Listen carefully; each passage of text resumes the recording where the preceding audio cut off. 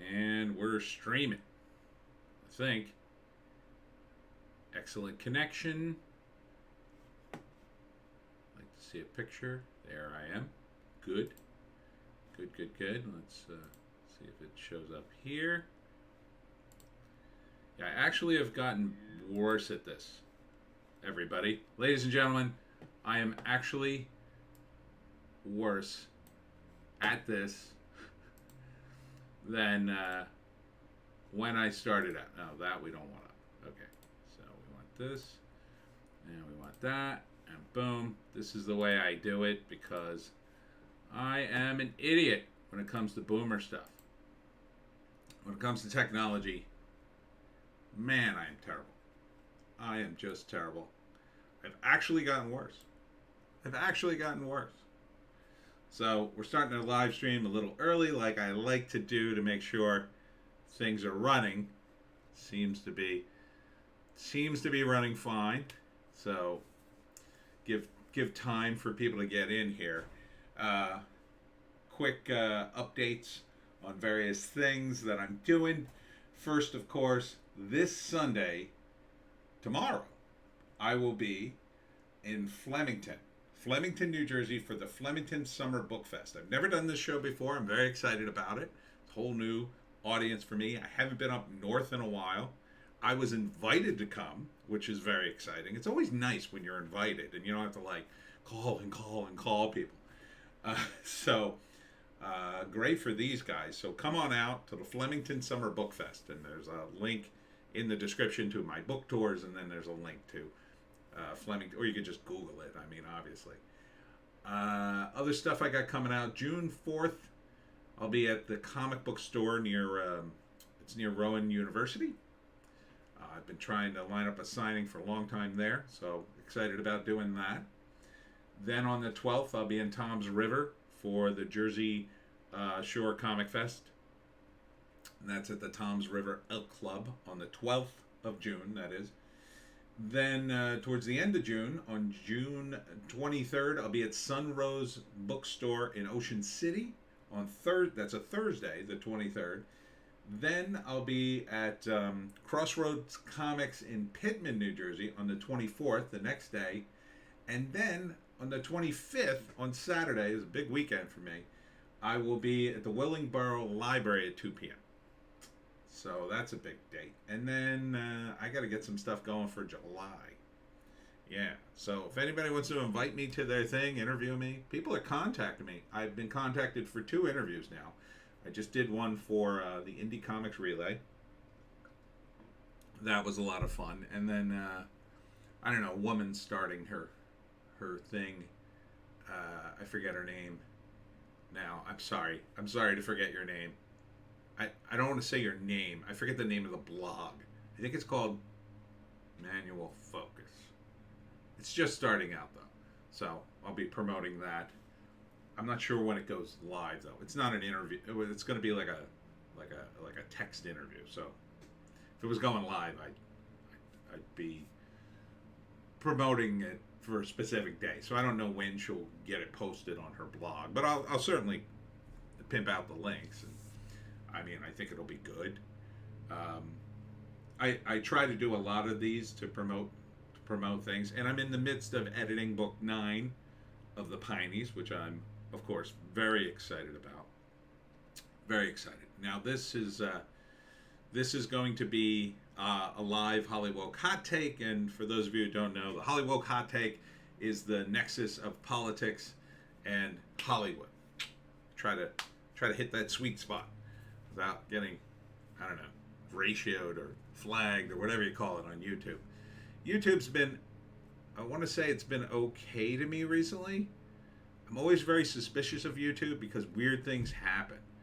You know, one day I'll get 5 new subscribers, which is kind of a lot for me. I only have about 2,500 subscribers now, but that's pretty good. I'm pretty excited. I'm not unexcited about it. I'm just saying, it's like, you know, I don't have hundreds of thousands of subscribers yet. I'm really looking forward to get around 10,000 someday.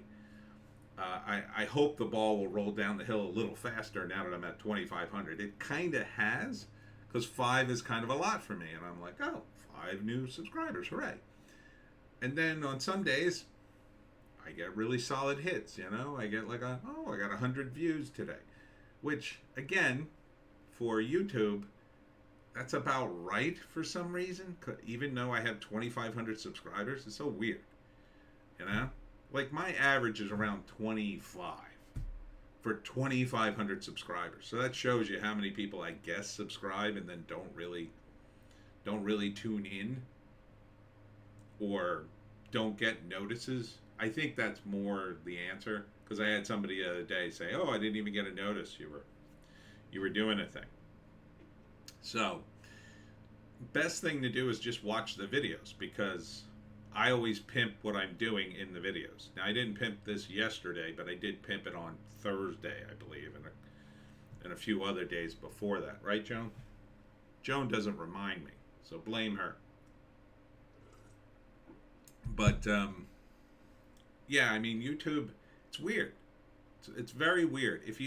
My suspicion is there are just certain words and phrases that if you hit it, there are different levels. Like YouTube starts knocking you down in the algorithm, right? So like I already said, politics. I think that automatically puts you in a downgrade mode. Not totally, but partially, depending on who you are and what you're. I'm probably flagged as a right-wing lunatic, because by the YouTube Southern California standards, I'm sure they would think I was, even though I'm not. I mean, I'm really a centrist when you get right down to it. I'm pretty central on most of my issues. But these days, oh my God, run! He doesn't want, I don't even want to say it. I was going to say a certain medical procedure on demand for women. So even that phrase right there might get you flagged. It might be sophisticated enough to kind of interpret some phrases that'll like keep clicking you down in the algorithm. Whereas the opposite, I think, is also true. If I was here, oh, Karl Marx is great, then suddenly, whoa, hey, commie, great. Communism, oh boy, yeah. Let's give him some press. Wouldn't it be funny if just because I said that as a joke, that suddenly this live stream, I got like 10,000 views? That would be crazy, right? Then I would know what to say every time I started a live stream.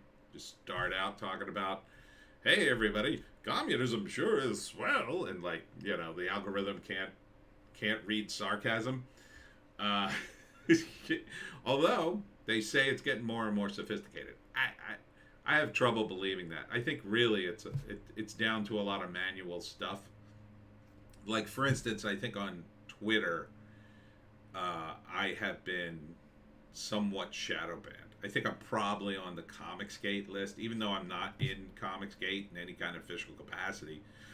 I kind of support those guys. I mean, I don't know them all, but the guys I've seen on the internet seem totally harmless and excited about comics. I don't have a problem with them. I like Ethan Van Sciver. I like Myers. It seems okay. He seems to be putting out comics. I don't have any problem with those guys, but even just to say that, I think is like, oh, and now the algorithm's going whoop whoop. What is happening on this live stream? Up and down. Yeah, it's called being a reasonable person talking about things. Algorithm. If I can speak to the algorithm just a minute, stop what you're doing. You're harming society in every possible way. Who knew that this would happen? Like back in 2010, 2008, I think. When did I start on YouTube? I think my channel started on 2008, and I didn't really understand how to, make it work. And I didn't have a good camera. These web cameras weren't great back then. 14 years ago, it was like, oh, it would put a huge strain on your computer too. Now it's like the computers are made for this kind of stuff. It's only now, after doing so many videos for the Lotus Eaters comments, that I'm finally to the point where the only videos I really save, I save like a handful of videos, like all my sketches I've saved, and I've saved the Lotus Eater videos that I do. It's only 30-second comments on the Lotus Eaters. and so I could do supercuts. But even that now, I'm coming up to 200 of them. I think not this week, but Monday of the week after I'll hit 200 because I think the last one I did was 194. So if I do 5 this week, it'll be 199, and then Monday, which would be in June, Independence Day, July 4th, it'll be 200. So, that'll be interesting. I wonder if I guess the Lotus Eaters will do a stream on July 4th. I don't see why they wouldn't. They're in the UK. It's not a holiday there. I mean, is it? I doubt it. I think they have another day for that kind of stuff. What do they do on the July 4th in the UK? Just go, nothing happened here. Just kind of gloss over their embarrassing loss. But yeah.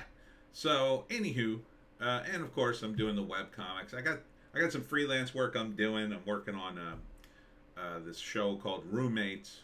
You may have seen. I voted it up. You know, it looks pretty good. I mean, they've got nice like sitcom music, like a nice cast. I haven't written all the episodes, but I've written some of them. So you kind of get in there and check it out, and see that it's pretty cool. I mean, it's pretty cool for a shoestring budget kind of show. And I got a couple other gigs on the side, and nothing to write home about. The books are doing well, though. I'm happy to say every time I go to a show now, and now I'm going to curse myself, but I've been doing pretty well. I expect to do pretty well in Flemington. You know, the signings, I do okay. It's hard to make a lot of money at the signings unless the store buys books, but you know, I do okay at those. I do better at a show because it's a constant flow of people. Like at a store, you can get there. You know, I did a signing. I won't say the store. Very nice people, very nice guy, but I mean, not a lot of people came in the store. I sold books to the people who did come in, but you need a high traffic area. Like if I was to do a signing in a bookstore at Barnes and Noble in Philadelphia or something, oh my God, I'd clean up. I'd absolutely clean up. But they don't do that anymore, unfortunately. Used to be back in the day you could. Borders Books was really good about that. They were really good. And since they were part of Amazon, oh man, if the Borders was still around, I'd be signing at all the Borders. But unfortunately, I guess it's just not a viable thing anymore to have storefronts for bookstores. But what are you going to do? Okay. Do we got anybody in the chat now? Let's check, doggy. Don't see anybody, but that never stops me before here. I'll vote myself up, see if that helps. See if that gets somebody in here. Anyhow, let's get into some headlines. Not a tremendous amount of headlines today. And this is going to be about the shooting, of course. Disney actress Bette Midler pushes a repeal of the Second Amendment. What a fantastic idea. Do these people have any power in that realm? No. But it's very popular in Hollywood circles to say stuff like this. They don't really know what they're saying. They really don't. They really don't. I mean, these are the same people who are like, yeah, cops are racist and we need to defund the police. It's like, so you want no one to have any weapons ever. Yeah, that's just not going to happen. And, you know, you look at the situation in the UK as a perfect example. Yeah, they took away the guns. There's no guns on the street, but they have a real problem with knife crime. And then they tried to take away the knives. So, and then what happens there? Oh, yeah, there's stories in the UK of guys who, I don't know, he had a cheese knife and he got arrested or something. It's ridiculous. Okay? People, not all people are nice. Some people are incredibly violent and weird. You need guns. Simple as that, in my view. I always point to the Israeli situation. The Israelis had a school shooting back in the 70s, and they stopped the problem in its tracks by arming all the teachers and training them. Seems like a perfectly viable option, because you have to understand, Teachers are government employees. Okay? So they work for us. They public school I'm talking about, not the private school. Private school, do what you want. You want to have your kids undefended in a gun-free zone? Well, then you pay the money. And most of these people who complain about guns, they can totally afford a private school. So, let's make a deal here. You take your kids out of the public schools, we'll arm the teachers in the public schools, and we'll see what happens. I'll bet you the next time there's a shooting, if it's at a public school, the shooter won't get very far. And if it's at a private school, it'll be a terrible tragedy and people will go, ooh, maybe we should. Maybe we should arm up. You know, I think gun-free zones are an insane idea. Unless, at the outskirts of those gun-free zones, you have, you know, cops and some sort of checks immediately before going in and out. You know, I mean, what did the idiots in the Chaz do? What was the first thing they did? They set up their wacky little nation inside of Seattle, and then they immediately had a wall and guys with guns. I mean, I don't know how else to explain it anymore. I mean, it's so woke-tarded, these people. They just think, well, if we ban the guns, oh, then the problem would solve itself. No, it wouldn't. Because the very people who get these guns, you know, the guns wouldn't disappear from the street. And then the next step would be, well, we had to destroy all the guns. Okay, so let's take your wacky ideas to its logical conclusion. First, you ban all the guns. You ban the Second Amendment. You ban all the guns. The only people who are allowed to have guns would be police officers, border patrol agents, and, you know, licensed people. You had to jump through a million hoops to get a gun. Okay, so let's say that. So now you're like the UK. All right. There's still millions and millions and millions of guns on the street. Okay. Then the next solution would be, oh, we got to round up all the illegal guns and destroy them. Okay. So they start doing all these roundups. They start harassing people. There's more incidents of gun violence because, of course, that's what would happen. Then what? You're going to complain about, okay, let's defund the police. Well, we got rid of the guns. Let's get rid of the guns the police have. And then it would just be violence, violence, violence, violence. You keep getting rid of the guns. And then the next time, oh, you know, Australia basically would happen. You know, with a certain, I'll say, medical procedure. Then I suppose these people would be happy. Unless, of course, it was a Republican president, and then they would be, oh, no, this is fascism. Yeah, and you wouldn't have any ways to fight back. The other thing, too, is Hollywood is late to this game. Very late. It is, all the polls show people going way in the other direction now with guns.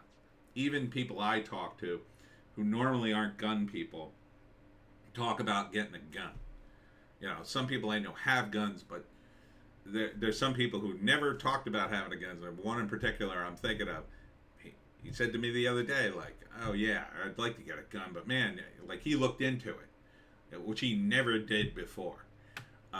New Jersey, it's a pain in the neck to own a gun. You got to be very careful too. If you transport it, you could be arrested with a felony if you put it in your trunk and then you get pulled over and they find it in your car. And, you know, it's a whole thing.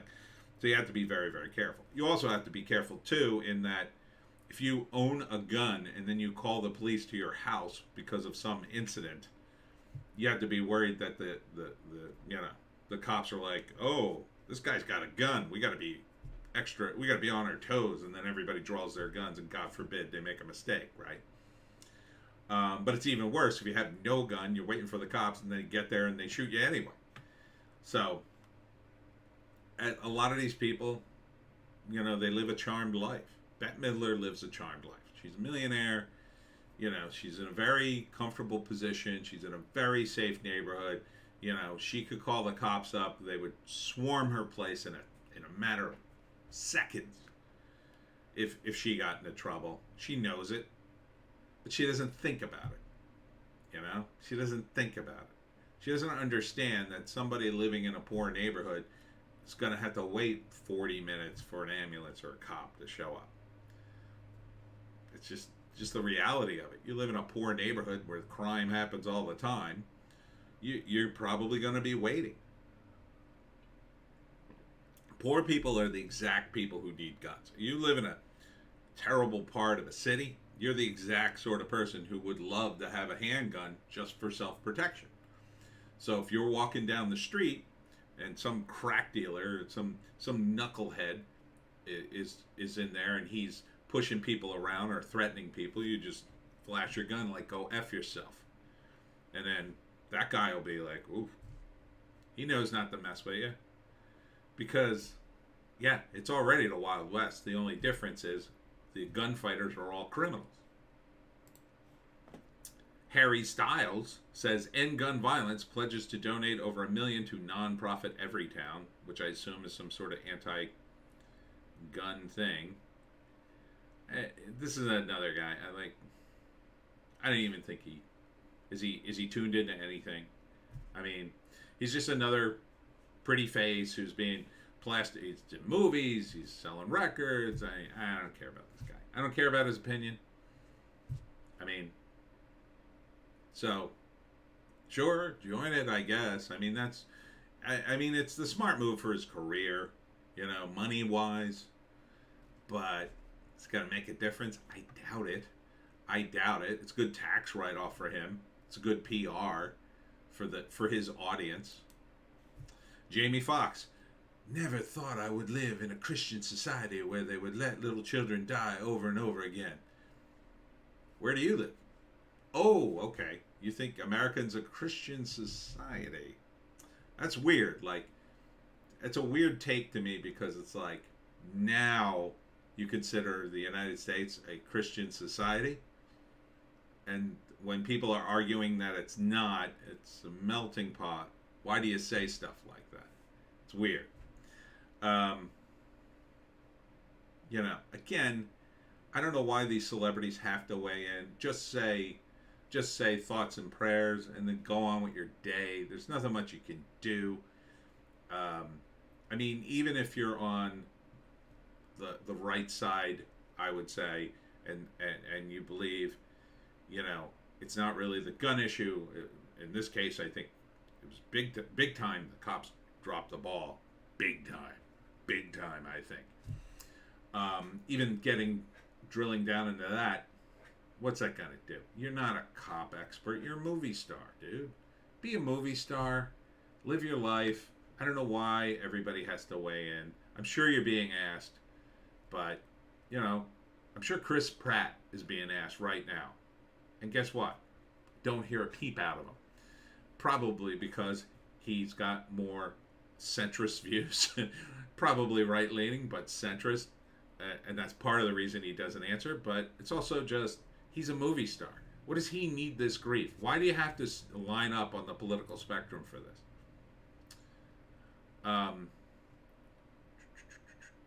Liberal website issues correction in Hunter Biden laptop amid lawsuit. Ooh, which is the Daily Beast.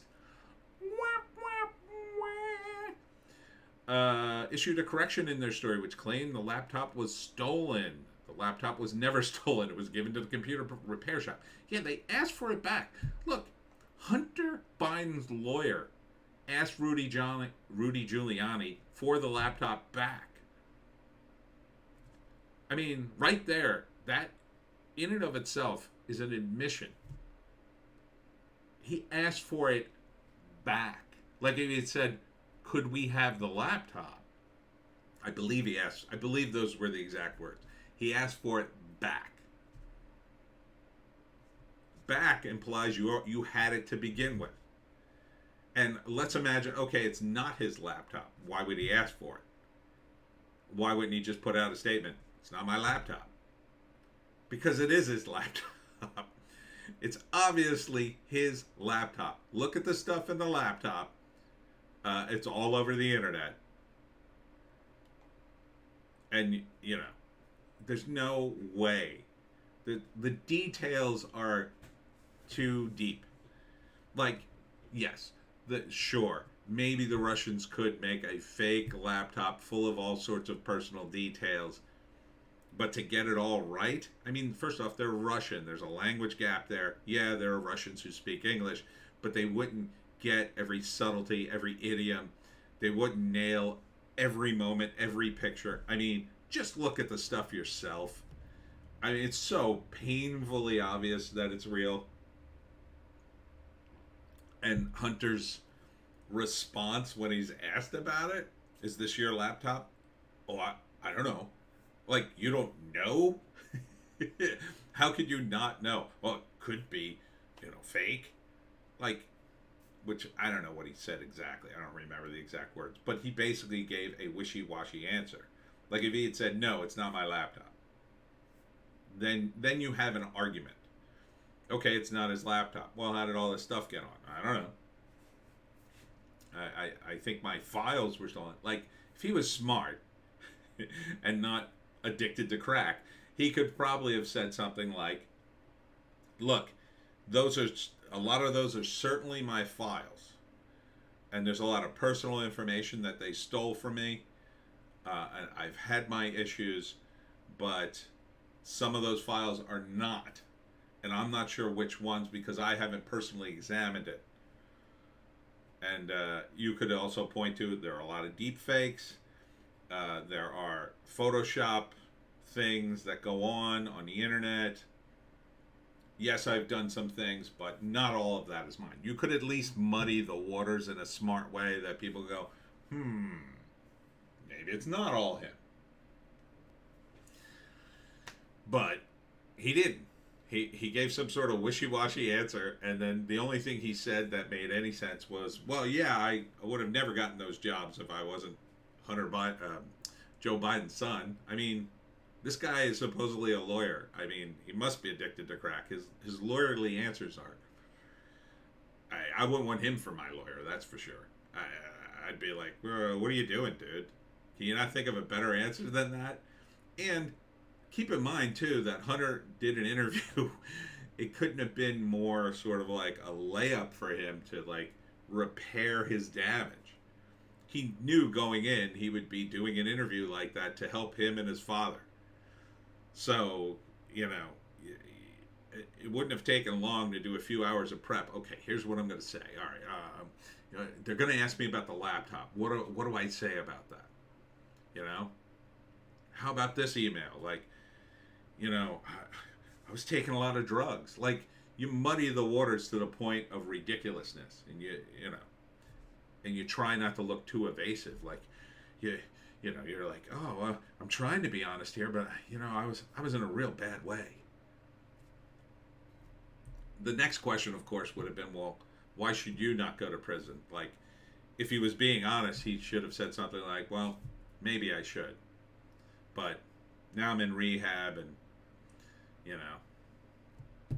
you could kind of massage it, and really, if the Bidens had any sense, they would have put him in jail. A soft jail. The kind of jail they put guys like him in. A jail where he gets out every weekend, or he just spends the night there, and he's got a little thing on his leg, a jail that's not really jail. And then they wouldn't have to put him in a Malibu mansion and with Secret Service trying to slap away the hookers and crack, which I assume is what they're doing. And then maybe force him into counseling too. But Joe Biden, nah. I think Joe Biden feels guilty, deep guilt about his life.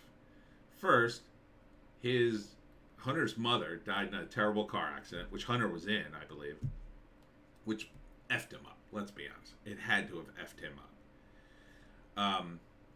His brother, Beau, is dead. Beau was the chosen one, I think, in the Biden family. He went to Iraq, and probably because he went to Iraq, he got cancer and he died. Because there's a lot of depleted uranium. God knows what he did or breathed or, over there. Anyhow, he dies. His father was probably lining him up to be, a senator, take over his Senate spot, roll him right into the presidency 40 years later after he's dead, whatever. But Beau dies. Unexpectedly. Doesn't recover from cancer. Now you got Hunter, who's second banana. Like, he's in the mix, but he's miserable because I think Hunter knew he was second banana. I think, for whatever reason, he couldn't hack it. His brother could, and then his brother dies. And now he feels even more guilt and shame because he put all his money on Bo and kind of, sort of, helped Hunter, but sort of didn't. Then Bo dies, and they just got to go right to Hunter, like, oh, well, I need you to launder more money, more bribes for me. And then, the guy's all messed up. He's doing hookers and blow. I mean, not even blow, crack. I mean, it's one thing to do blow, right? It's the one thing to do cocaine. That's like a celebrity drug. But man, when you're doing crack, I think you hate yourself. I think Hunter hates himself. I think a lot of addicts do, but like, you can kind of understand it with cocaine. You're partying, you take some cocaine, you're up all night, it's great, and then you just keep taking cocaine, and then the next thing you know, you're addicted. Crack is like, I want to die, to me. Cocaine, it can eventually lead that way, and maybe that's how he got in, but, I mean, he certainly had the money to keep doing coke, is my point, right? You switch over to crack, it's not, what does he need to save money? Nah, it doesn't make any sense. He was dealing crack, I believe. I believe he sold some. There's no way this guy should be in rehab. He should be out of public life. His father, I think, has done him a huge, huge, huge disservice over the years. And really, it's one of the reasons he shouldn't have ran for president. He should have been taking care of his family at that point.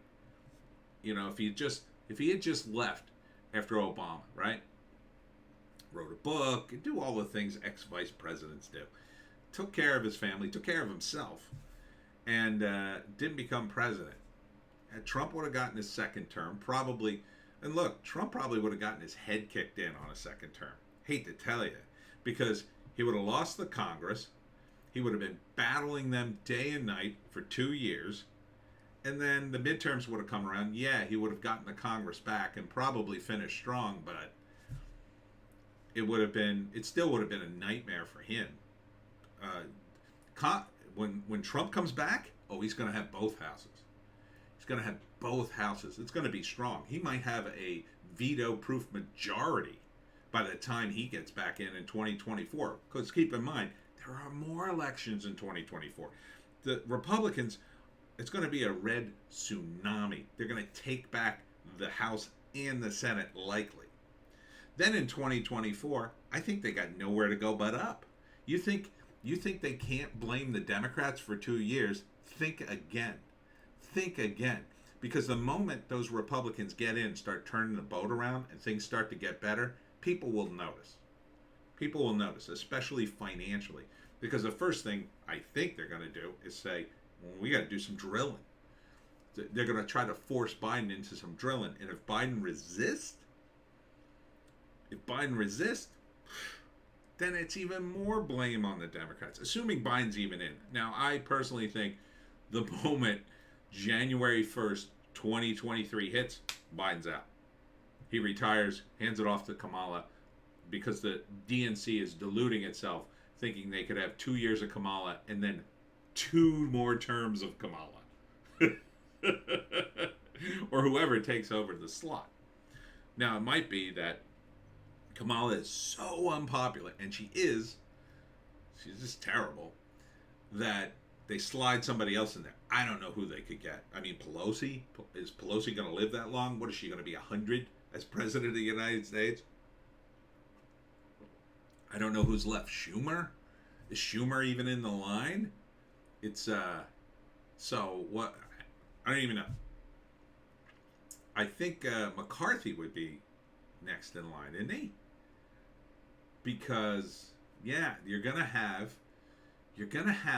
the Republicans back in. So McCarthy will be, unless they do this before the end of the year. I don't know. I don't know what the DNC doesn't seem to have a plan. I think they're just going to let the Republicans take over and say, well, we did as much damage as we could. Oh, Harry ML is here. Did you miss much? Nah, just rambling. Just rambling. We're talking about, I did celebrities in the Texas shooting. I don't want to go too deep on the Texas shooting because, you know, the Texas shooting is what it is. And the celebrities, I mean, you know their answers. I'm rambling about the Democrats again. Yeah, sorry to get so political, but, you know, long story short on, long story longer, I should say, on the Hunter Biden thing, I mean, it's just a mess. It's just a disgrace. So, how you doing, Harry? Good to see you. Unilever, this was a story I talked about earlier this week. Unilever CEO tells Elon Musk to relax after he calls ESG rankings a scam. I agree that it is a scam. It's horrible. It's not only a scam. It's insane. It's suicidal. So, for those of you who don't know what the ESG score is, it stands for environmental, social, and governance. It is essentially a score that rates how woke a company is. Harry ML says, can you go deep on the NRA stronghold in the USA? Well, I could tell you a little bit about it. The NRA is one of the biggest lobbying groups in the United States. The number one is the AARP, which is the Old People Association. I forget what that stands for. I think it's the something Association of Retired Persons. That's what our AARP stands for. I am getting mail from the AARP. When you hit 50, they start sending you little flyers. The second biggest political group in the United States, lobbying group, is the Aipac, the American Israeli Political Action Committee. And then the third biggest is the NRA. It's a big lobby that lobbies ostensibly for the Second Amendment. But just like every other lobby, it's sort of corrupted by its own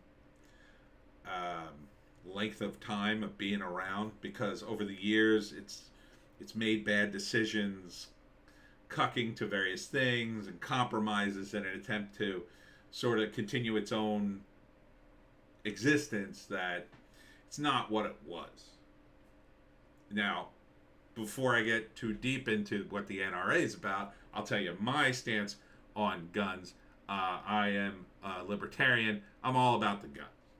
Okay? I think, you know, if normal, everyday people had open access to guns 24/7, you know, with common sense gun safety, you know, everybody, you know, and everybody should be taught it, right? If we had an more open society where everybody could have a gun as we had in the United States in years past, then you would have what they used to have back in the 50s. They used to have gun safety classes in high school. You would take them and people would teach you how to use a gun and, you know, gun safety and cleaning your gun and how you store it and all those good things, right? The problem is not guns, because we didn't have mass shootings in the 1950s like we do today. Because in the 1950s, we had coherent families. The society wasn't atomized. We now have a situation in which families are very much atomized in the United States, and society is breaking down at some levels in some places. Part of that is, you know, that you just have different people trying to mesh in and it doesn't work. Part of that is a lot of progressivism. You know, okay, get away from the church. Okay, now I'm a atheist. Now what? Oh, well, I don't know. that's part of the problem. Like, you know, people have become so nihilistic and negative, and you know, and you can argue, and I'm not religious. I'm not religious at all. I'm agnostic.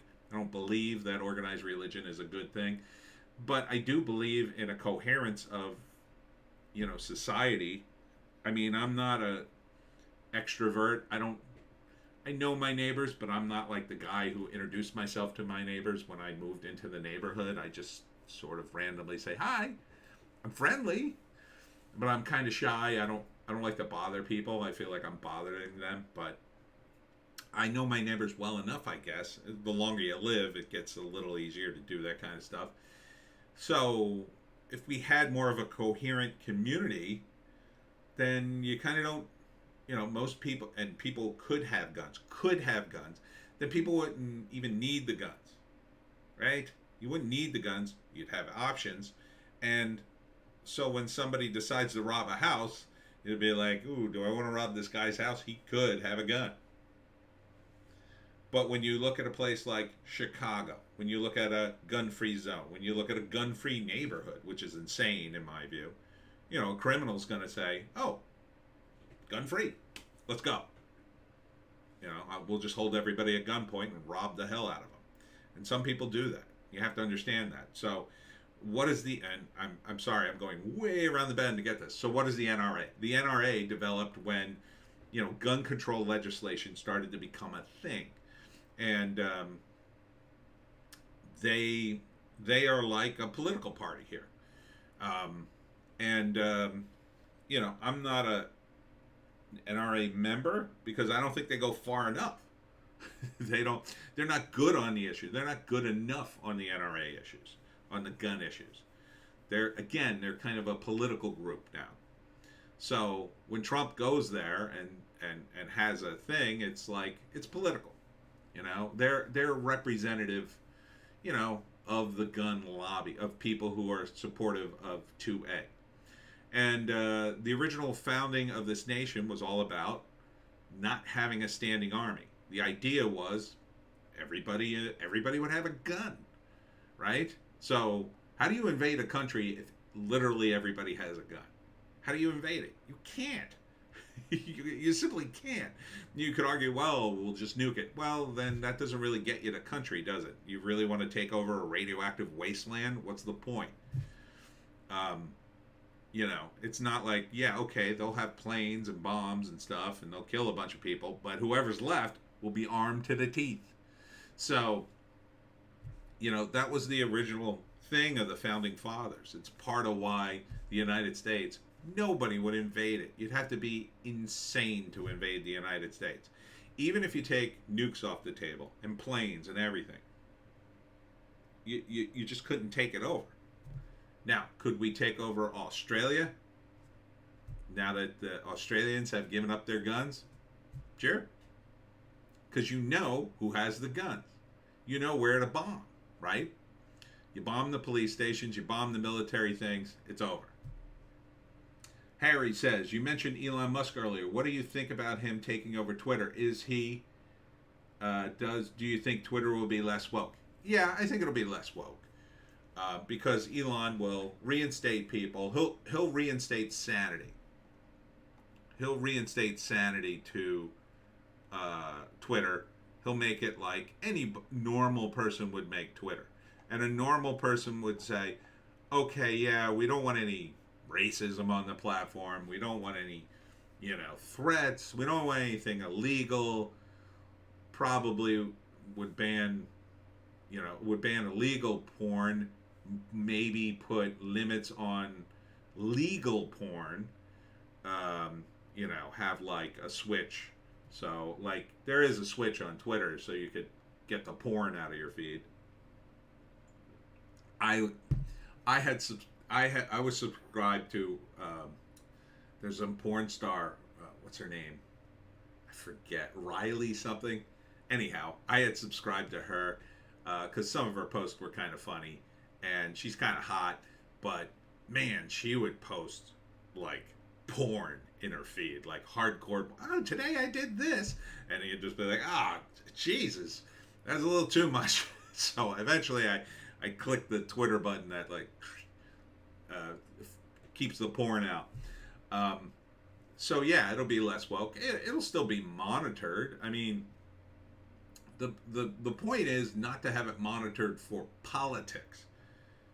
You can't monitor it for politics or thoughts. You know, the weird thing about Twitter, of course, is there are people who say the N word all the time, and they're not banned.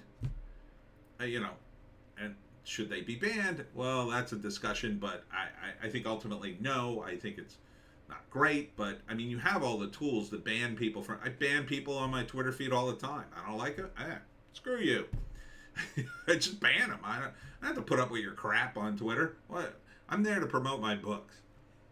You know, I'm not there to talk to you or win some idiot over. And some of the people on Twitter, they're out of their minds. It's the internet. So I mean, you have the power to ban anybody you want on Twitter. So my response to people who want, I want people banned. Why don't you just ban them? Ban them yourself. Ban your own. You know, these people. Oh, we got lists. We banned lists of people. Okay, I don't care. Ban me if you want. Why should you ban other people? Why should you be banning someone like me from being seen to other people? They don't know you, people who like censorship. They don't know me. So what's the point? Yeah, so Elon will get rid of all that crap. JEC is here. I started a new Twitter account and set up an extension that I only see porn in my feed. Nice. Yeah, that's the way to do it. I do that too, except, you know, I don't want to see Twitter porn.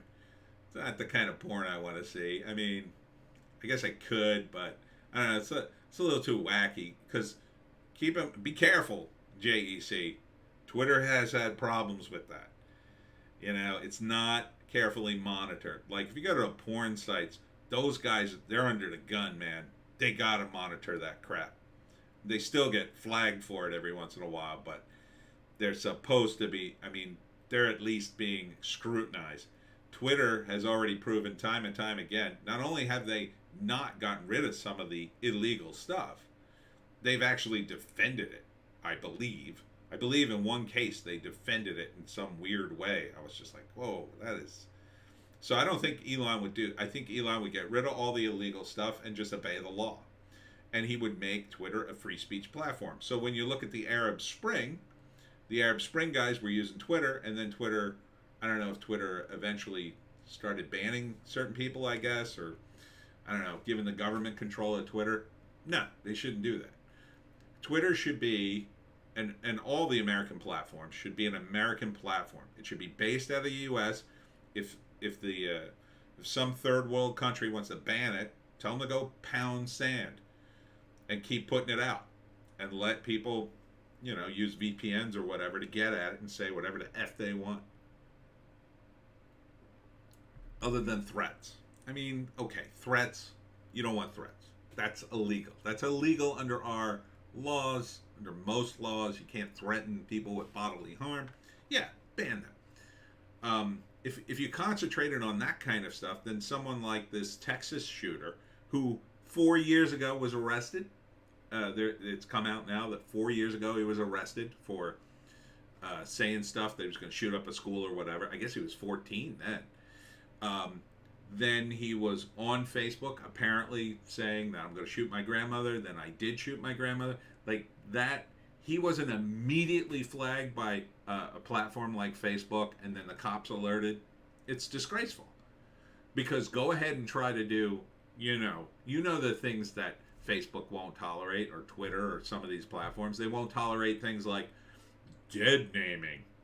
Yeah, go ahead and try to say, I can't even say it on YouTube because I'll get deplatformed, I'll get flagged. But you say certain things about a certain group of people who are on the rainbow flag, let's say, they come down on you like a bag of hammers, like immediately.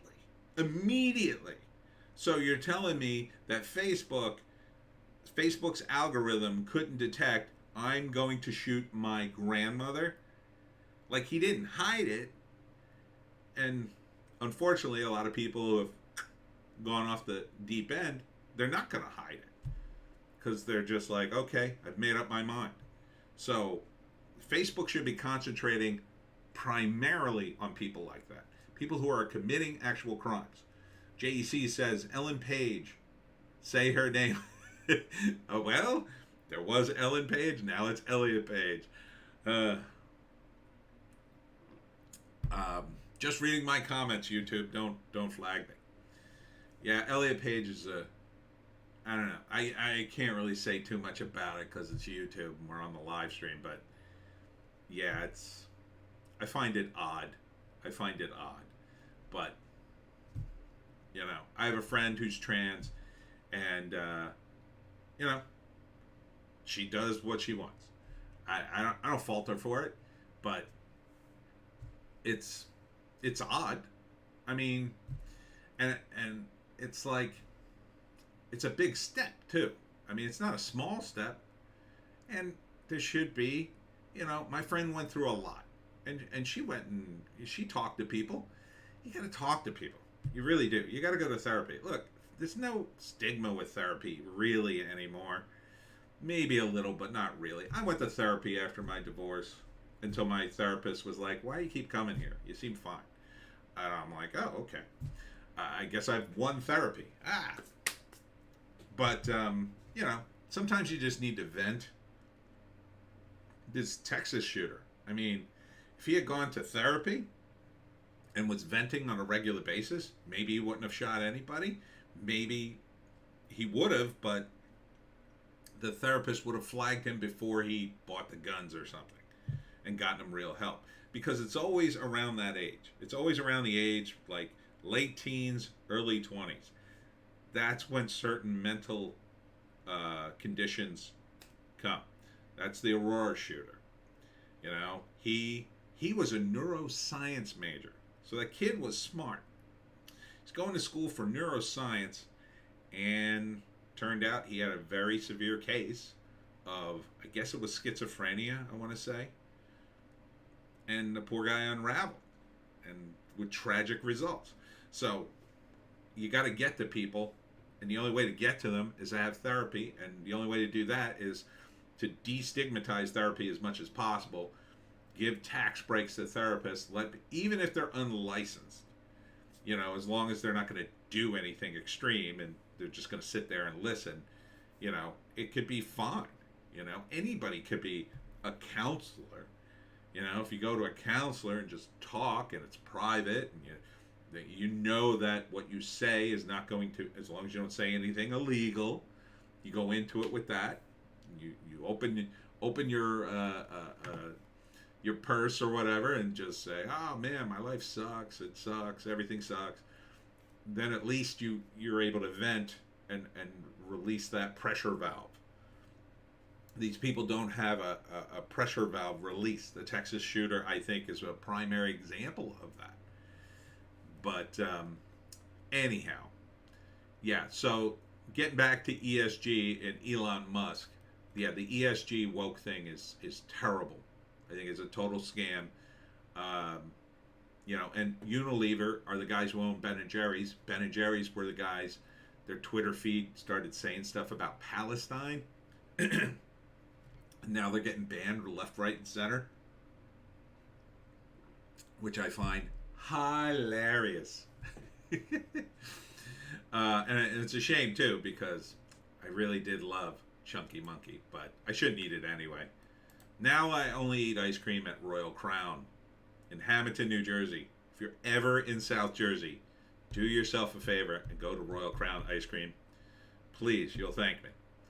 Anyhow, I might go there today. San Francisco Giants manager Gabe Kapler to boycott national anthem as baseball teams go woke after school shooting. Well, San Francisco, right? I think this is dumb. I think this is grandstanding. He says, "We're not the land of the free and nor the home of the brave right now. Oh, stunning and brave." Kapler, you're a baseball player, dude. You're a baseball coach. Coach baseball? Are these guys even winning? And then another baseball headline, two baseball headlines. New York Yankees go on anti-Second Amendment tirade.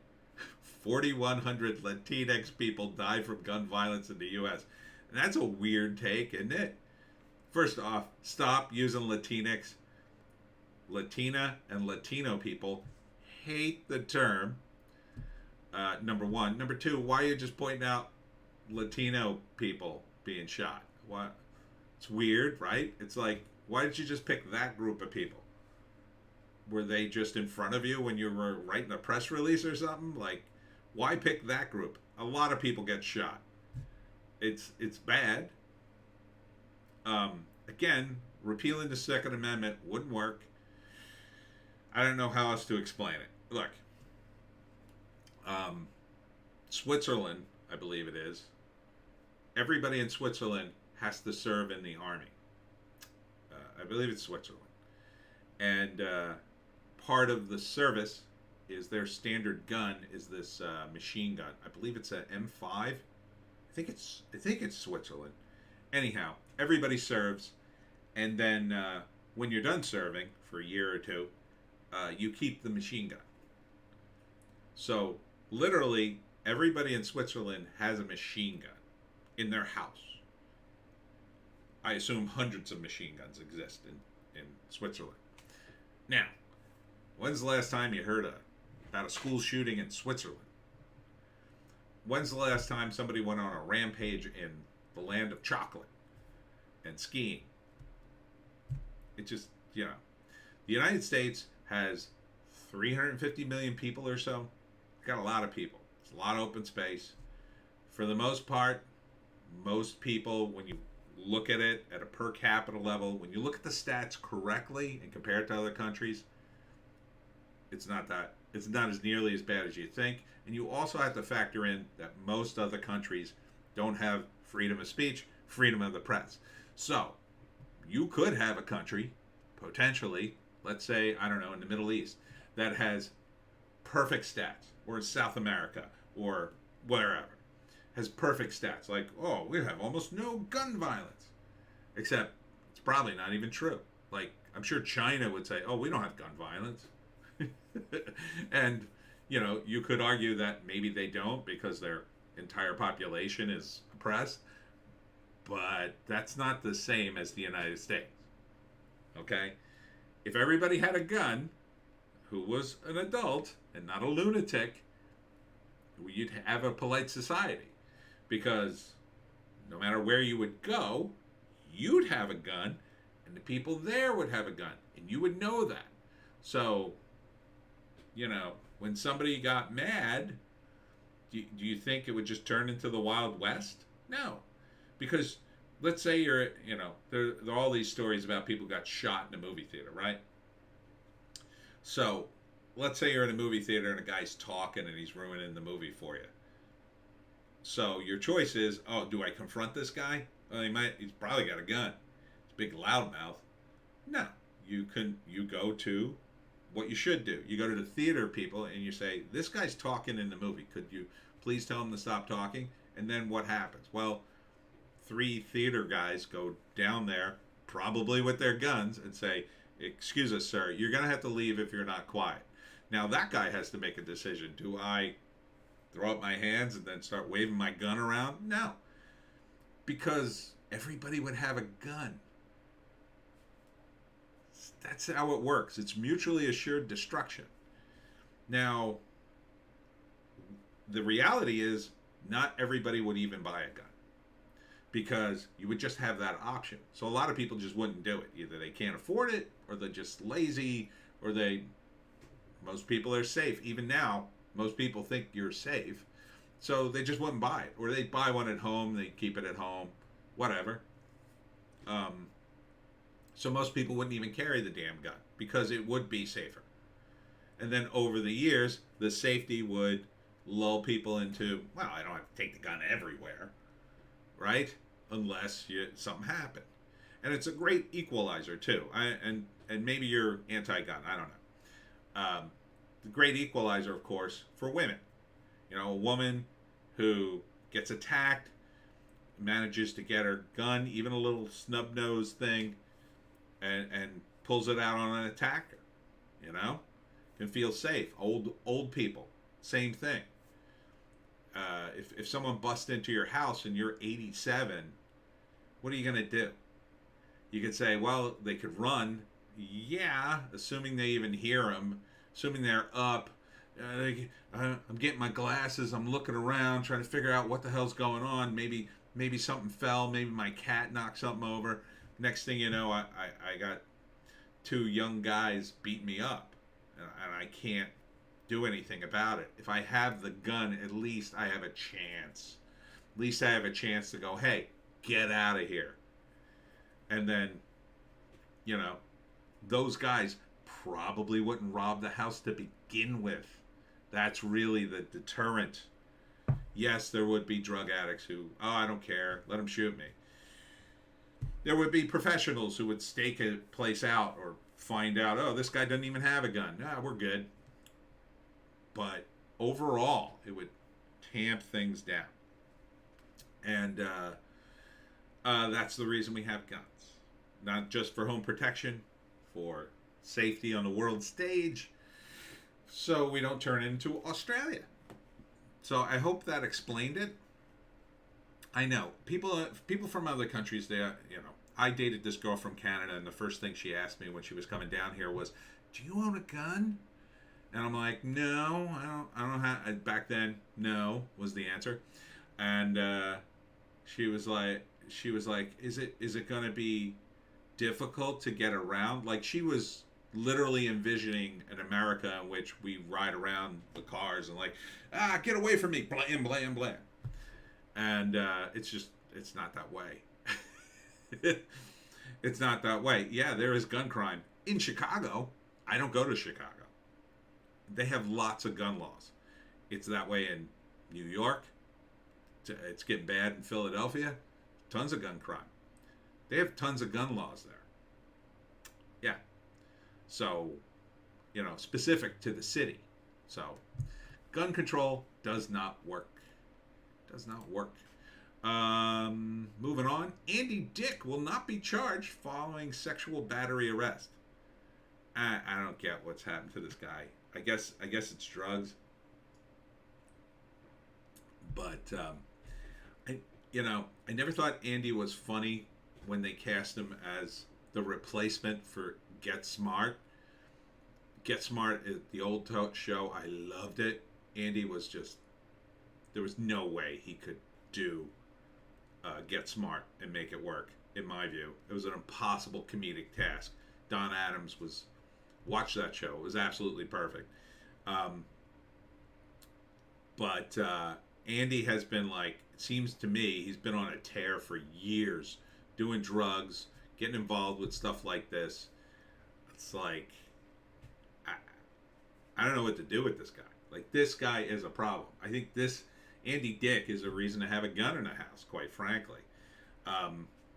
He's kind of a danger, in my view. In my view, he's kind of a danger. I think he's just a sad guy, probably really lonely. Needs help. I think he needs help. Therapy. So, he's on the loose. He's on the loose, everybody. Andy Dick. I mean, he was funny in the roast. He was okay on news radio. I mean, there were a lot of funny people on that show, by the way. Watch news radio. One bad show. I used to watch it on the reruns. I mean, they had Phil Hartman, who tragically died because of his wife. You know that story. Joe Rogan, Andy Dick, the guy whose name I always forget from Kids in the Hall. It was a pretty damn good cast. Ghostbusters Afterlife actress joins Sony's Madam Web Spider-Verse film. I don't know if this is going to be any good. This seems like a weird way to try to extend Sony's Spider-Verse thing. I don't think Madam Web had the fan base. I mean, I think you'd be better off doing some character from the past, back when Spider-Man was in his heyday. Because there were some team-ups. I mean, Madam Web just seems odd. It seems like Hollywood is trying to cash in on comics, but they've made the mistake of going to the newer comics, which are terrible, in my view. Most of the comics coming out now from Marvel and DC are god awful. I've heard it over and over from the fans. They don't buy any of the new stuff. Almost no one does. They're buying the old stuff. Oh yeah, they'll trade the old stuff all day long. But the new stuff, word on the street, the comic book street, very few people are buying new stuff. I couldn't tell you a person I know, and I know a lot of comic fans, who is buying, brand new comics. Not a lot of them. So, a lot of them are going back to the old stuff because the new stuff's so terrible. And it's expensive. I've talked about this before. I love to talk about this because I wish somebody would hear me. I wish to God somebody would hear me at Marvel and DC. Your comic books are too expensive. Okay? Even with this woke crap they're putting out day after day, if you drove the prices down to $2 or $1, people would buy it. More people would buy it. And you could point to the sales. You could point to millions of people buying your stuff. Because people would come back and say, oh, the comics are only $1 now? Oh, well, I'll buy the whole run. I'll buy everything that came out from Marvel this week. And people would. And they would say, you have subscriptions in comic book stores. You have what's called subscriptions. So the store will say, what comic books do you want? We'll order them for you and have them here when they arrive. So this way you don't miss certain things, right? So most comic book fans spend $20 to $50 a week at a comic book store. That's what I used to spend, about 20 to 50, usually closer to 20, maybe like around 30. That, though, was comics were $2 or $3. Maybe I'd buy a $4 comic if it was a tie-in or whatever, but mostly $2 to $3. So with $2 to $3, I'm getting at least 10, 15 comics. Now they're $4 and $5. That's like 3 comics. No, wait. 1, 2, 3. Okay. So like 4, say 6, 5 to 6 comics. That's not a lot of comics. Okay? And the comics are short. They're shorter. I think they're now down to about 20 pages. It's just not worth it. You can't follow enough of the story. Now, if comics were $2 or $1, and you go in there, you're going to buy the whole run. Everything that came out that month. Because, all right, let's say they're $2. $2 is probably more realistic. $2, they're going to put out like 8 or 9 comics a month. Most of these comic book companies do. That's $16. Say 16, $20 each. I could bump it up to 40 to get everything. They're cheap. Why not? That way I can go home with, how many would I have then? 2 into 40, 20 comics. I go home with 20 comics as opposed to like 6. 20 comics, that's an afternoon of me reading comics. Even though they suck now.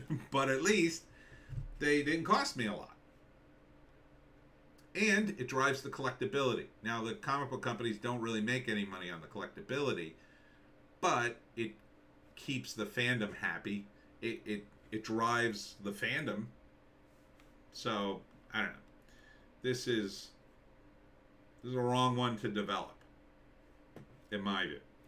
And how's this going to tie into Spider-Man? I don't even know. It's probably going to be dumb. But, oh well.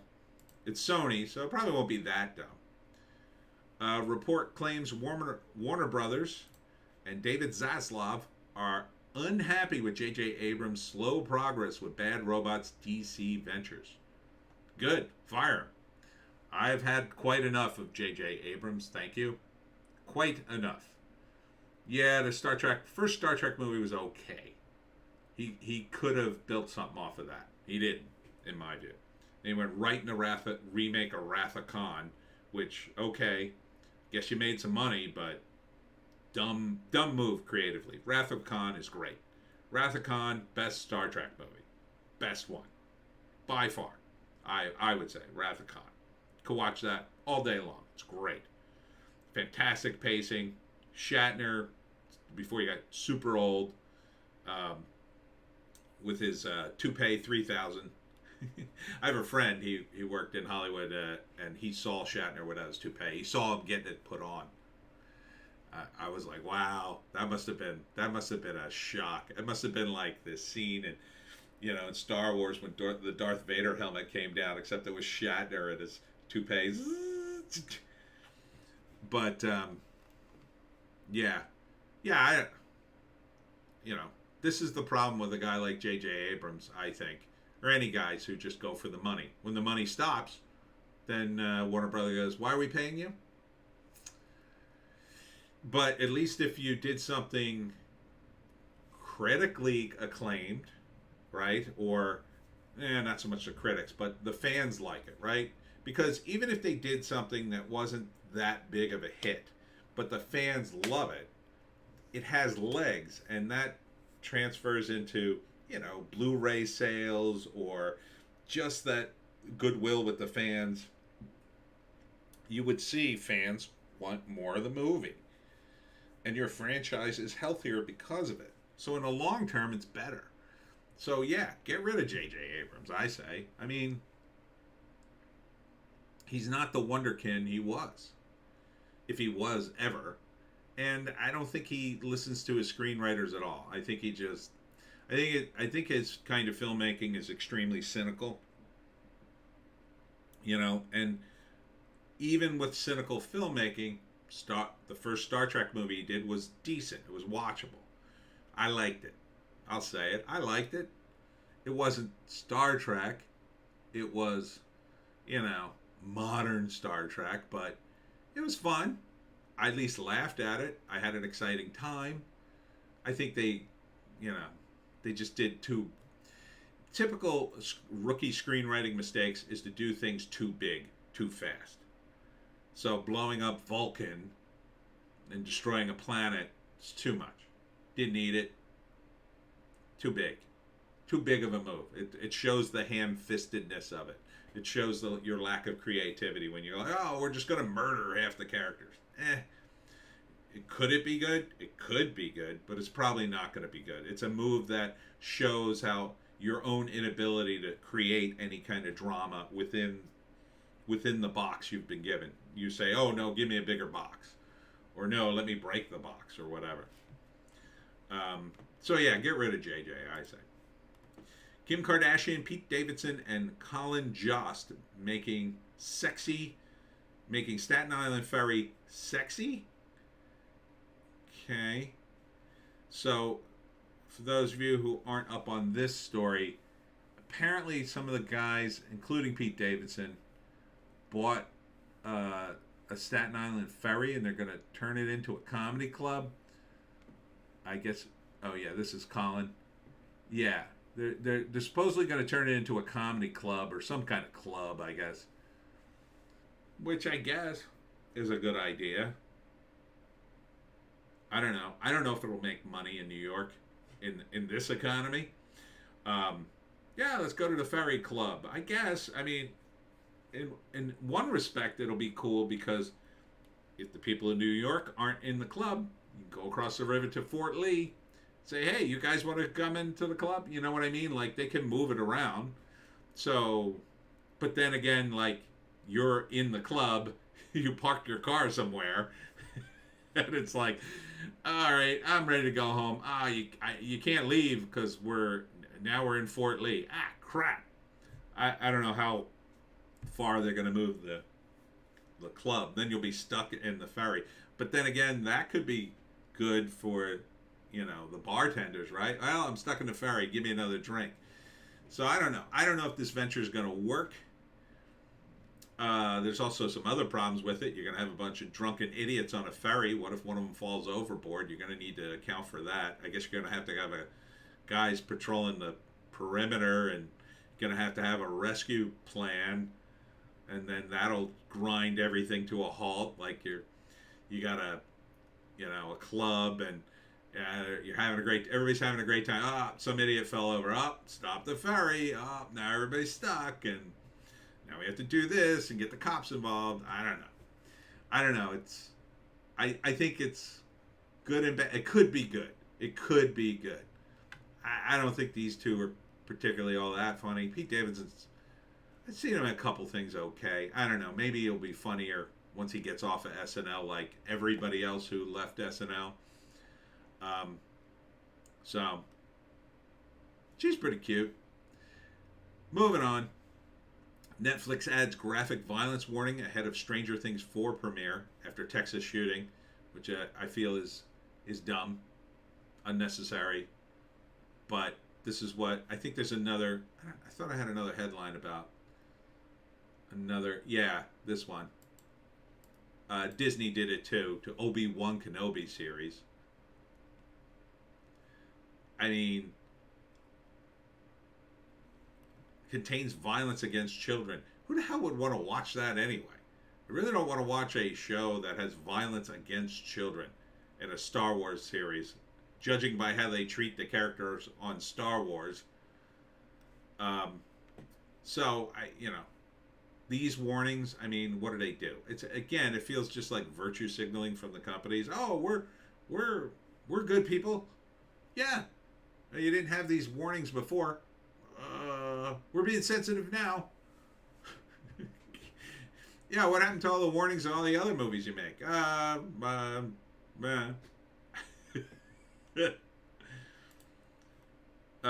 Getting into the Johnny Depp thing. They're deliberating now. Johnny Depp lawyer says actor's homicidal texts about Amber Heard were modeled on the writings of literary giants. I think the rap kind of leans towards Amber Heard, by the way. He's got a dark sense of humor, and it's not everyone's cup of tea, Camille Vasquez says before trial went to jury. Yeah, I think that's probably true. I mean, Johnny used to hang out with Hunter S. Thompson. He's kind of a literary guy. It's kind of part of his image, a little bit. I think Amber Heard just wants to party all night and every day with her girlfriends, like hot young girls want to do.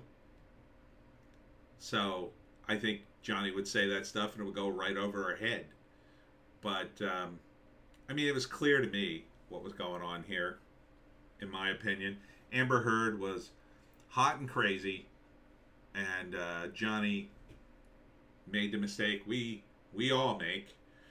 I certainly made that mistake, and but Amber is really compounding the mistake by going after Johnny for revenge. It's vicious, vindictive kind of stuff, in my view.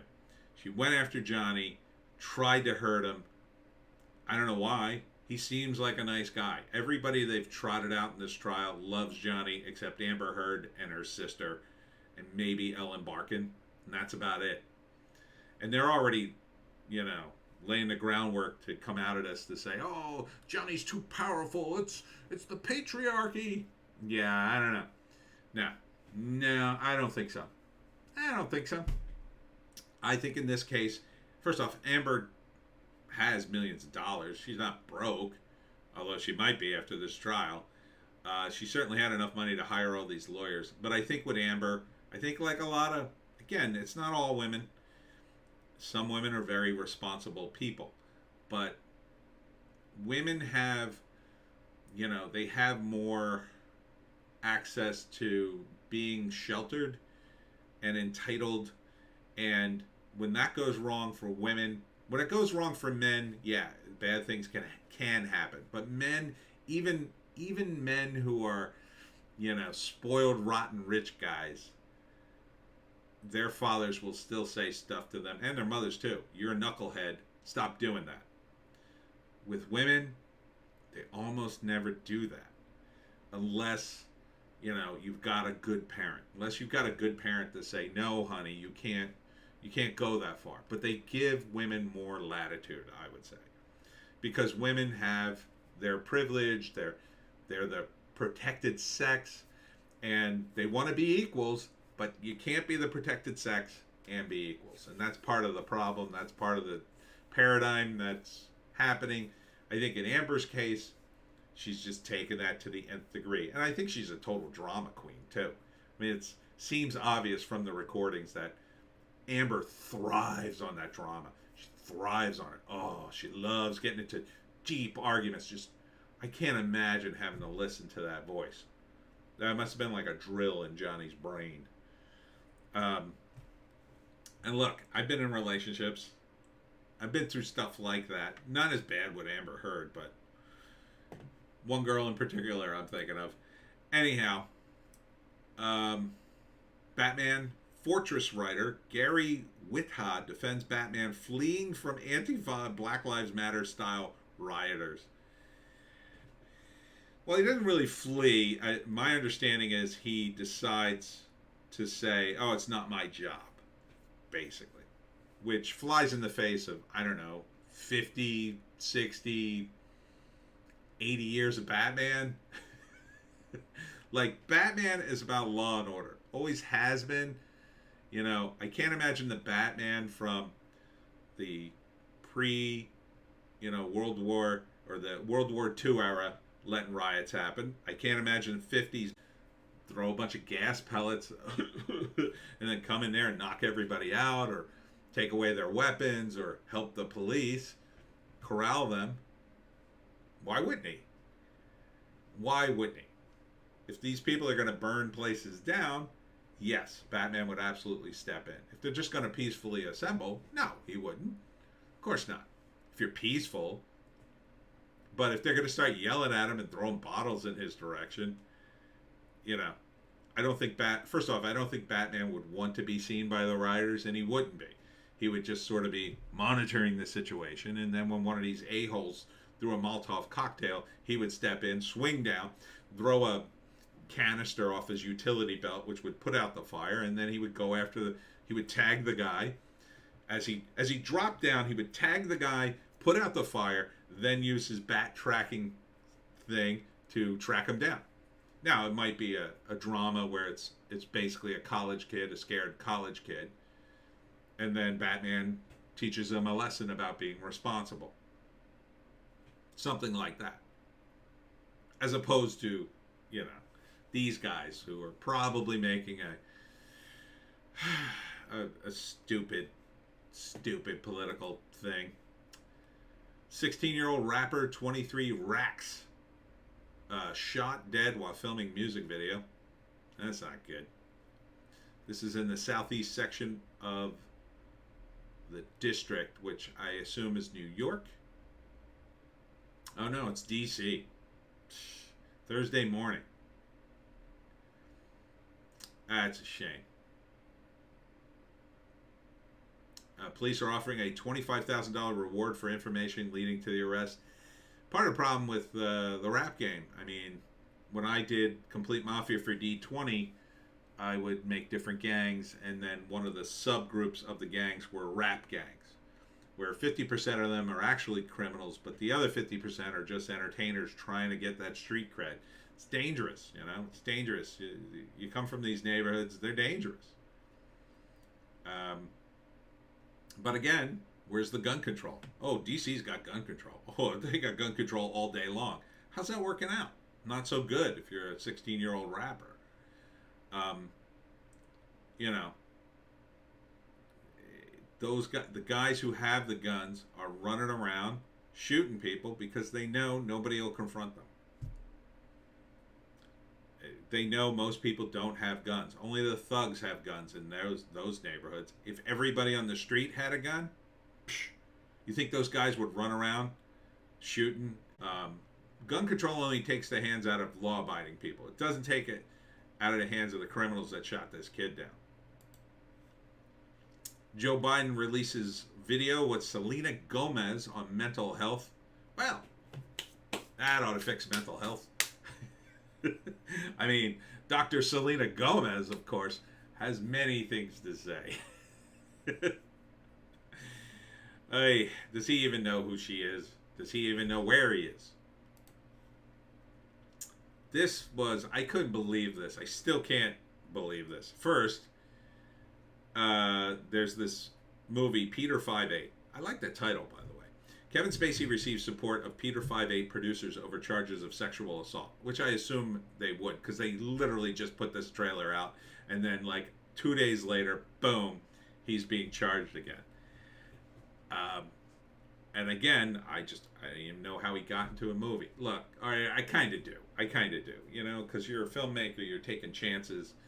You know, when I was trying to put together a deal with my friend, one of the actors we wanted to have in the movie, and we put him in the proposal, was Mickey Rourke, because this was before The Wrestler. Mickey was still kind of, you know, he was off the radar, but he's a great actor, and we thought, oh, we'll pull Mickey Rourke out of the fire, and, you know, we can get a little money, financing. People know who Mickey Rourke is. He'll be great in the movie, and then maybe that'll revive his career, and we'll make a lot of money, and everything's good. So it's the same sort of thinking. It's like, okay, Kevin Spacey is found innocent. Let's cast him in a movie. Nobody else will. He's a big name still. Yes, people will look at it and go, ooh, I'm not seeing that. I think he's guilty, but maybe it would start rehabilitating him. And then, boom, he gets charged again. I mean, I think this is the end of his career. I think this is done. This will probably be his last movie. I mean, the guy's 69, I think. So, I mean, it's going to be another, 3 to 4 years of fighting the charges, assuming he gets above them. And of course the producers are going to defend him. Of course they are. They just put out this trailer. They put all this money into the movie. The movie looks weird, though. I'll say that. It looks very weird. Kevin is just like a psychopath in the movie. He kills a bunch of people. I can't tell you how it ends. And Rebecca De Mornay is in it too. He hooks up with her in the movie, the character. So she must be like, oh God, what did I do? What did I do? I'm finally getting my career back on track, and then not her fault though. I don't blame her. It's a tough business. It really is. It's just a really tough business, and people have weird ideas about it. You know, I would go out to conventions sometimes just showing off my comics, and people would assume I was a millionaire. They really would. They really thought I was worth millions of dollars. I'm not. I'm very poor. I can barely pay my bills. But people make these assumptions. Oh, you have a movie? You must be rich. Not everybody makes the money. Oh, here's the other Johnny Depp link. Johnny Depp lawyer. Me Too movement is for true survivors of abuse, not misheard. JEC says, unless the accusers die before the trial again. I know. Yeah. Yeah, I don't know how much I can say about that, except it was kind of convenient for Kevin Spacey. And look, you got to think, if that's true, which I don't know if that's true. Could be. If that's true, you know, I don't think whatever favor he pulled is going to happen again. The guys who, let's say that's true, the guys who did him that favor, they ain't going to do it again. Who do? And the guys suing him got to be like, oh, we got to have bodyguards this time or something. They're gonna be a lot more wary, I think. But who knows? Depp lawyer. Me Too movement is for the true survivors of abuse, not misheard. Point taken. Point taken. You know, and the whole Me Too movement, I mean, it's really hit the rocks. I mean, especially after the group. I mean, as soon as it becomes an actual official group with an office and a staff, that's when all the money becomes an issue, right? That's when people start making these compromises. Well, we need to raise money. Better have a cool logo. Better spend that money. Oh, we got to pay a secretary. I don't want to do all the work. Like, you think a charity is just all pure, oh, I give $1, that dollar goes right out to charity? No. A lot of that dollar gets eaten up in cost. Oh, we need an office. Oh, let's have donuts today. Oh, I'll get it out of petty cash. It's a charity. You shouldn't be doing that. But, you know, are they going to get the purest people in the world to be in these nonprofits? Obviously not. They haven't. So, I think all these charities, they should probably have a shelf life, right? Like Me Too should have a shelf life. They should start Me Too, and then it runs 5 years, and then they close up shop. They give away all the money, and then they have to do another charity or something. Something like that. Maybe that would help it. I don't know. Maybe just being nice to people would help. Amber Heard breaks down in court, claims death threats. People want to put my baby in a microwave. I didn't know she had a kid. Whose baby is that? Who's the dad? You know, here she now this is her talking about people on the internet. People want to kill me. They tell me so every day. People want to put my baby in the microwave. They tell me that every single day. I have to relive the trauma. My hands shake. I wake up screaming. I have to live with the trauma and the damage they've done to me. I receive hundreds of death threats regularly, if not daily. Thousands since this trial started. People mocking my testimony about being assaulted. Has been agonizing, painful, blah, blah, blah. I have no doubt she's received some of those threats. I don't think it's in the thousands, but I'm sure they're knuckleheads sending her all sorts of stuff. By the way, don't do that. You're ruining it for Johnny. If you're a fan of Johnny and you think she's full of it, I don't see how sending her terrible things is going to make it. But it's also true too that the LA PR machine is very sophisticated, as sophisticated, if not better, than the New York one. It could be that, you know, she has people who pump that up for her. That would be an easy one. First off, it's not illegal. It's very, very unethical, but it's not illegal as far as I know. I mean, the threats would be illegal, but fake threats, I don't think they're illegal. So it's very possible the lawyers, and I don't have any secret information. This is just my speculation and opinion, but it's very possible lawyers could make that happen for her. Up it so, and not even tell her, you know? Not even tell her, to help her win the trial or whatever. To help them. So, I'm not saying she's a liar on this particular point, but I've seen a lot of the trial, or enough of it to make up my mind. I mean, maybe if I drilled down I would change it. I don't think so. The bottom line is Johnny Depp, he doesn't seem like that kind of guy.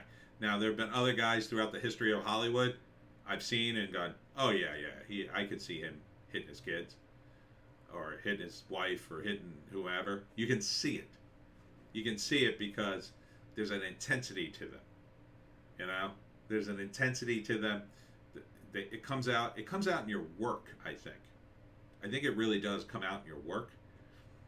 Johnny's just not like that. He's really not. He's a laid-back knucklehead who takes too many drugs, drinks too much. He's a lot like Jack Sparrow, or else he wouldn't be that good at Jack Sparrow. He really is. Now, he's not Jack Sparrow, obviously, but there's a lot of Johnny in that character. Jack Sparrow wouldn't hit someone like that. No way. He's just not that kind of guy that she's, you know. And I think the videotape proves it. I think the videotape of her, or the audio tape of her, is saying, no one will believe you, Johnny. I mean, that's pretty damning. That alone should have made her say, there's no way I'm going to win this trial. But she's a piece of work, as they say in my neck of the woods. She's a piece of work. Anyhow, here's another piece of work. Nolte, Me Too, McCarthyism brings down Ellen DeGeneres. Really? Was it Me Too? I think it was just she's just apparently so bad to her employees it finally caught up with her. And I think it's also too grinded very much against her public image. It's one thing to, like, I don't know, like say Rush Limbaugh, who I'm not accusing of anything. Let's say he was an a-hole to his minions. He wasn't, as far as I know. As far as I know, he was a nice guy, or normal guy at least. You know,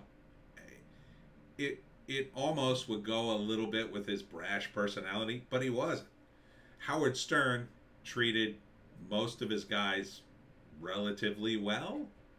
You know, he goofed on them all the time, but, you know, he wasn't cruel to them. And I think that speaks to the sort of truthiness that Howard used to have. He was pretty truthful in a lot of his work, and he was sort of an open book for a lot of his career. Ellen was not. It turns out, apparently, Ellen was a huge, huge phony who talked about kindness and the kindness of others, but in the background reveled in playing cruel pranks on her staff. So, man, I can't wait for this woman to be off of TV. I thought it already happened. It's been so long. I thought it was already happened when she got confronted and her career ruined. And she kind of deserved it, in my view. If anybody deserved it, it was her.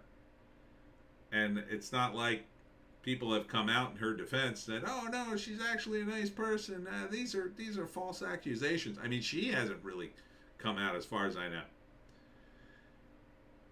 Ellen didn't just nosedive in the ratings, writes Nolte, because her critics stopped watching or launched a successful boycott. Instead, Ellen nosedived, and I was a fan, because every episode that followed the coming out episode was about Ellen being gay.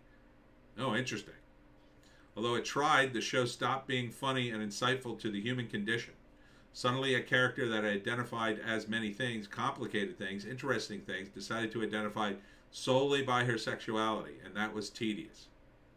Yeah. I'm sure that was a factor, too. Yeah, I don't know. I never liked Ellen. I just thought, who could watch this nonsense, this vapid nonsense? That's just my opinion. And finally, let's end on a big white pill. Top Gun Maverick cruising to 150 million Memorial Day opening. It's not quite there yet, but it's being projected to earn 150 million over the holiday weekend. On a 3-day scale, Paramount is predicting 123 million haul.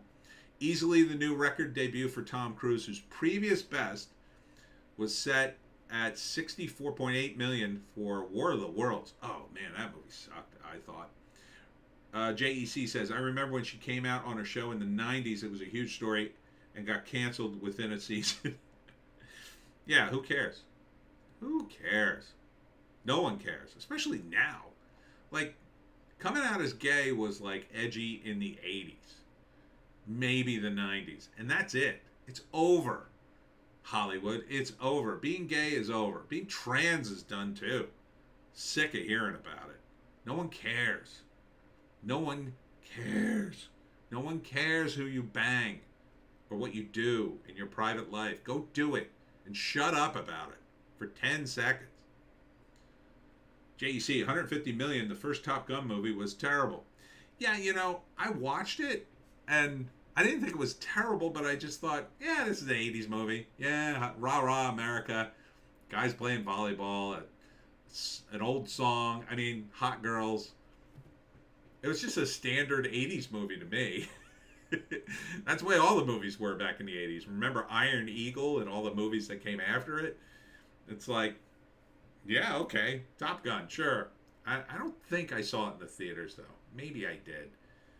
But Critical Drinker is saying this movie is really good. Now, maybe he's a younger guy than me, so maybe he's just looking for a taste of the 80s. Maybe I'll watch it and go, yeah, this is Top Gun. But he raved about it, and he never raves about anything. So he felt it was good. Days of Fury. God, I remember that title. What the hell was that movie? Days of Fury. Yeah. I'll tell you, though, the War of the Worlds, that was his top grosser. All these years, War of the Worlds was 64.8 million. Man, that movie I hated. I hated that movie. What a terrible. The legacy sequel to Tony Scott's swoony 1986 original kicked off with a bang, drawing 51.8 million opening day, including 19.3 million in Thursday previews. That's a record for Paramount Pictures, outdoing $51.2 million opening of 2010's Iron Man 2. Oh, yeah, okay. Wasn't that the Tom Cruise movie where he was a race car driver? Yes, Days of Fury. Now I remember it. That's the one with Paul Newman, I think. They're both in it. Yeah, okay. I remember it. I didn't see it. Again, I think that was in the 80s, or maybe 90s, early 90s. It's just like another movie to me. It's like, oh, race car driving. Now it's going to be Top Gun with race car driving. It's going to be cocktails like, Top Gun with drinking. Days of Thunder. Yes. Not Days of Fury. Days of Thunder. Yes. Yes, I wrote a comedy sketch about Days of Thunder. I called it Days of Wonder. And it was, the bit in the sketch was Tom Cruise as the world's greatest baker, making Wonder Bread. 1990, yes. Tom Cruise making Wonder Bread, and he's the greatest baker. And so it's like, highway to the danger zone as he's kneading bread and stuff like that. And, like sun in the lens flare as like it goes over the bread and Tom Cruise is baking. Yeah. I could bring that sketch back again. I could call it Top Bun Maverick. I could do that sketch. Maybe I could shoot it in my kitchen. I'll be Tom Cruise. I'll have to shave though. I don't want to shave.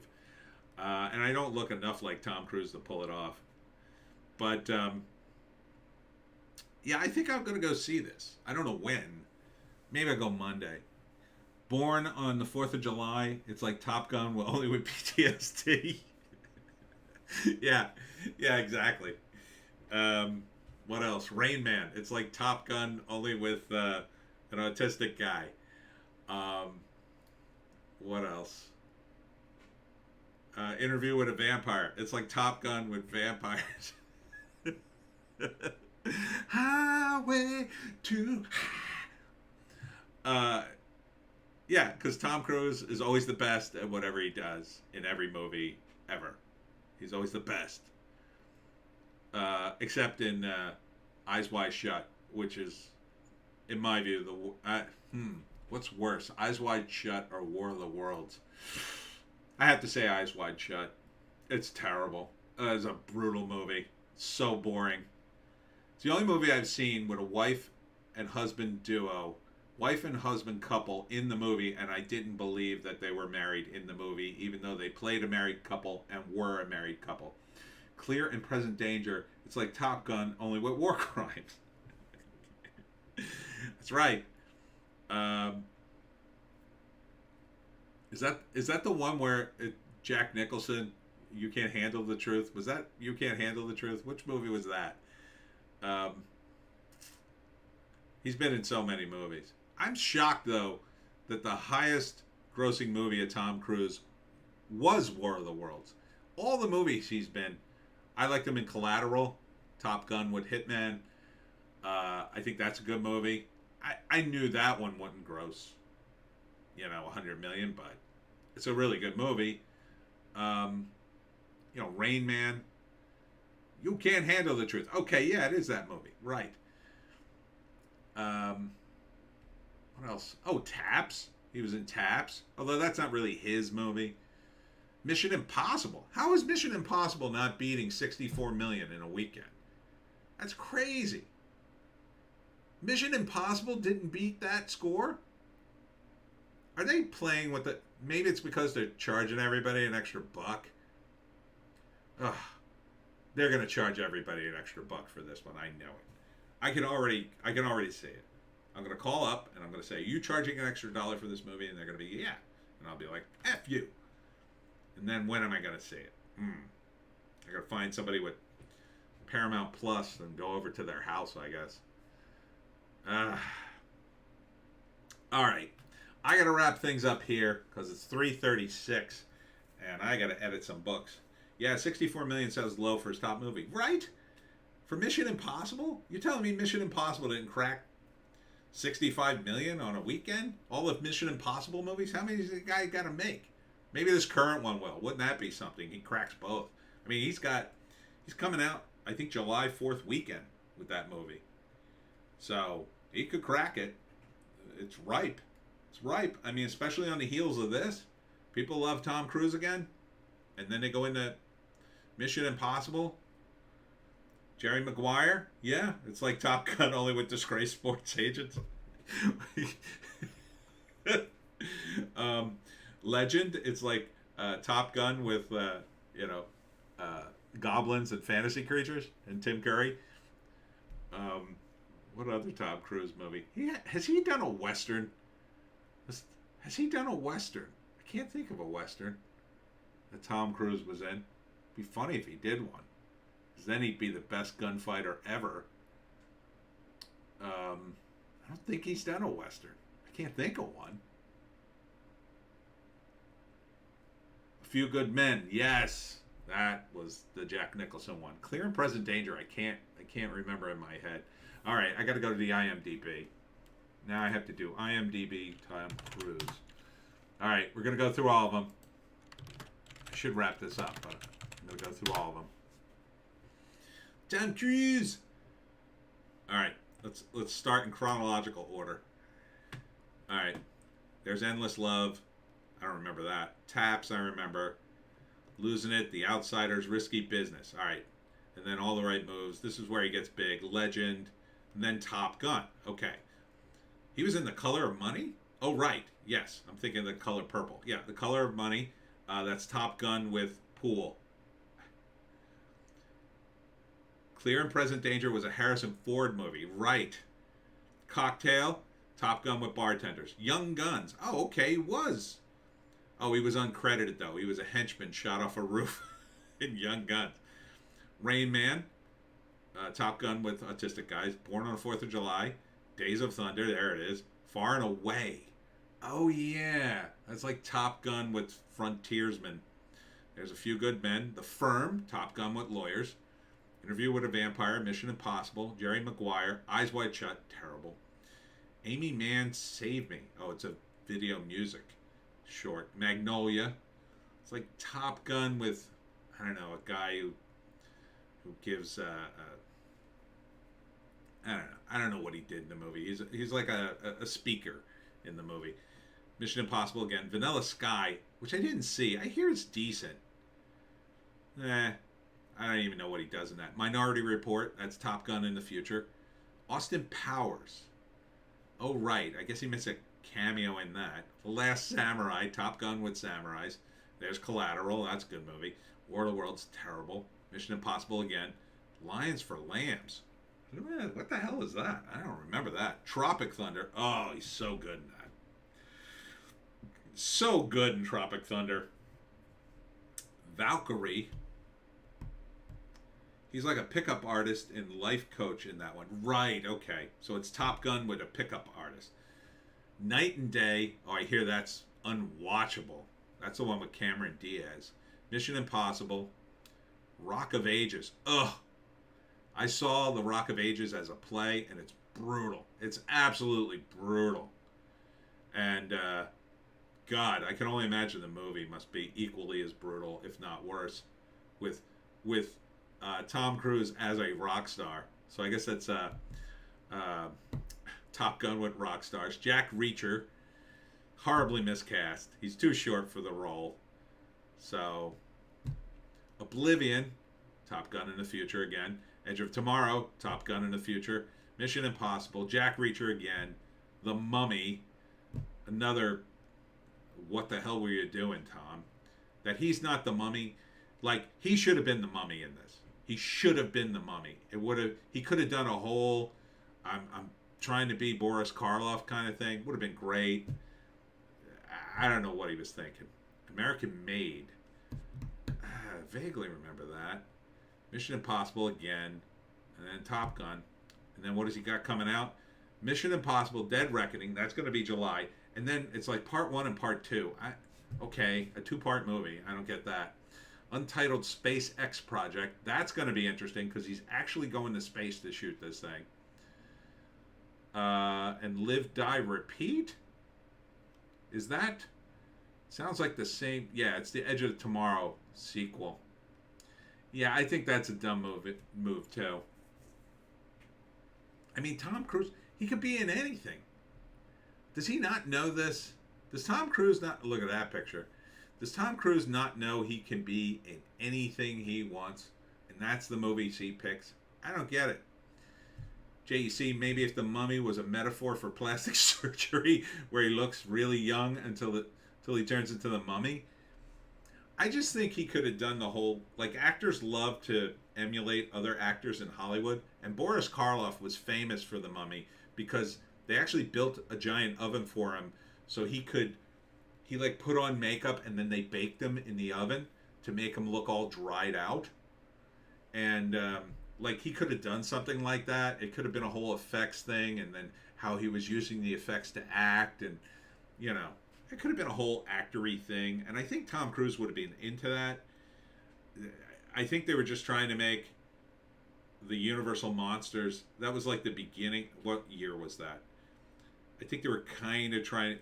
Yeah, 2017. That was sort of the beginning of woke. Woke stuff was starting to creep in.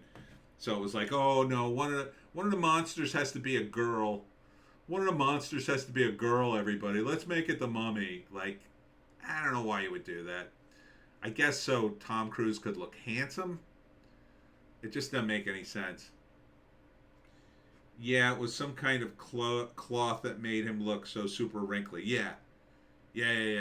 I remember when I was a kid, I bought the monster book on how to do the monster makeup, and it talked about that and how you could, like, you'd take like this very thin sort of cheesecloth and like soak it in plaster and like wrap yourself in it, but then you'd let it like kind of dry out with you'd dry it out with like a hair dryer or something. I mean, obviously they would have done something much easier for him, but like, they love this kind of behind the scenes stuff. It would have been a whole cool thing. And then he could have been like handsome. I mean, he's not Egyptian, obviously, but he could have done the Boris Karloff thing, like where he was always, I don't know, it was 2017. They weren't going to do that. They probably said, no, you're not Egyptian. We can't let you be the mummy. So stupid. He would have been great in it, I'm sure. It would have been funny as hell seeing Tom Cruise trying to be a mummy. I don't know what he's going to do now. I think